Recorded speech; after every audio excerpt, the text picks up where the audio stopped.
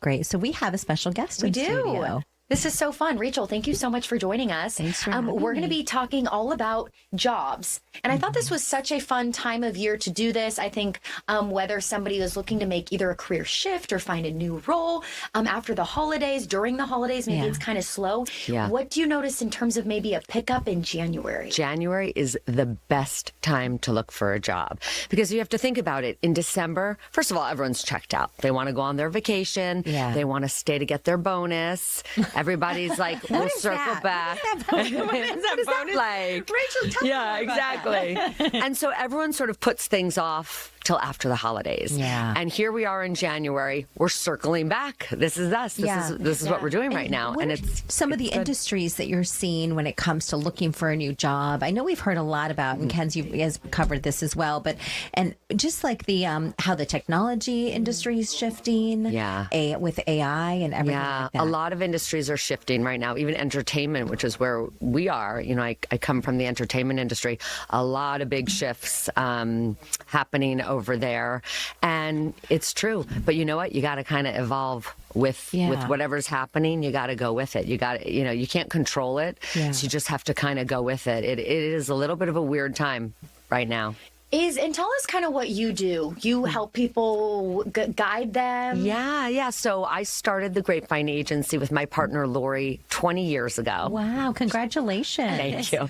And what we do is we're like job matchmakers. So we have clients that hire us to find them staff. So we staff homes and offices all across the country, but we're focused and based in Los Angeles. And so what we do is we connect people with their dream jobs. That's awesome. Is there a specific industry right now that people might be surprised that is really looking to hire people? You know, maybe someone's looking to get into a new industry. Yeah. Kind of that. I mean, AI specialists, I would say, probably a pretty good, pretty good bet at this time. Yeah. You know, I'm going to read a little bit of this. I think that you have a really interesting background. Thank you. Former Hollywood assistant, turned powerhouse mentor. I love that.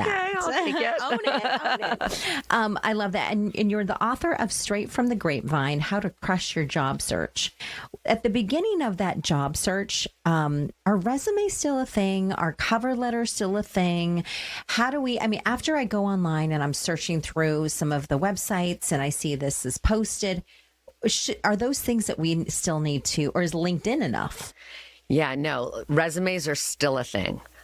Cover letters, very important. The most important thing is that your resume and your cover letter are speaking the same language. Same with LinkedIn and your social media. All your materials have to tell the same story, right? So resumes, super, super important. Now you want to make sure that when you look at the job description, you take some of that language and some of those buzzwords and you put it into your resume. And AI can help you do that.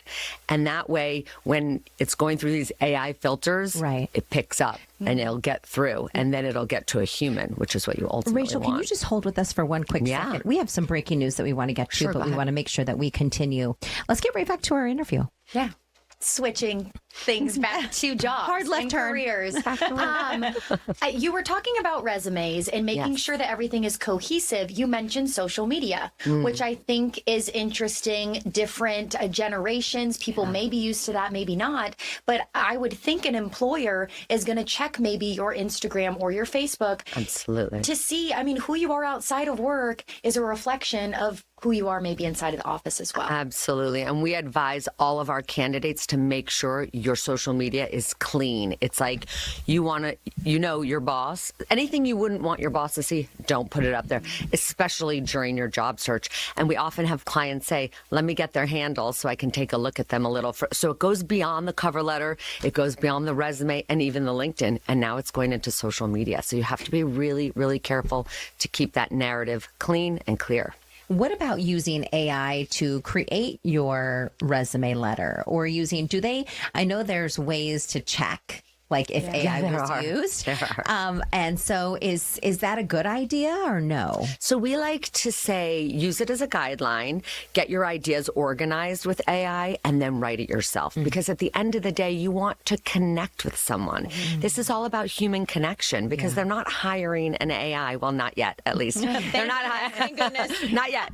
But yeah, and you can't bring the AI with you into the interview or into the job. So you want that human touch and that human connection, but absolutely use AI to help you get organized or do mock interviews with you. Oh, It's wow. a great thing to Oh, use. I didn't it even for. know that was a thing. Yeah, tell us more about that. Yeah, so you take the job description, you put it through your AI and say, give me 10 interview questions I might be asked. And then you sit and you just do mock interviews with your AI because practice is what makes you prepared. Yeah. And then you're confident to walk into the room. That is a great idea. It's more using it as a tool Exactly, instead of right. a crutch, that whole thing. Absolutely. Would you say the big or the hardest part is really getting that resume to the person's desk because there is just such an extensive system on the front end? Yeah, and it's gotten so much harder to actually get to a human. You know, it's like when you're calling, you know, you can't even get a human on the phone when you're calling to make an appointment for something or a reservation. So it's the same thing. It's like getting it to that human. So that's why we suggest taking those the buzzwords from the job description and making sure they're in your duties. You don't want to lie, you don't, you know, but you want to make sure you're giving them the words that they're asking for. And that's how you'll get to that person. So you're, how do we find your book? So it's up for pre-order now, which is so exciting. Anywhere that you buy books, Barnes and Nobles, you know, anywhere that you can find it. Amazon is always the easiest. And then on March 3rd, it comes out to all bookstores. Oh, exciting. Yeah. No. So if you're on the job hunt, I mean, why not put this in your back pocket? It's an extra Absolutely. tool. Or maybe give it as a gift to people that It's you know. such a great gift. For And, someone graduating college. That's right. Great gift. That's why it's coming out in March. We thought it would be such a good season to give it to people who are graduating or even people graduating high school because you already have to start thinking about it with the internships and what am I going to be doing when I'm in college.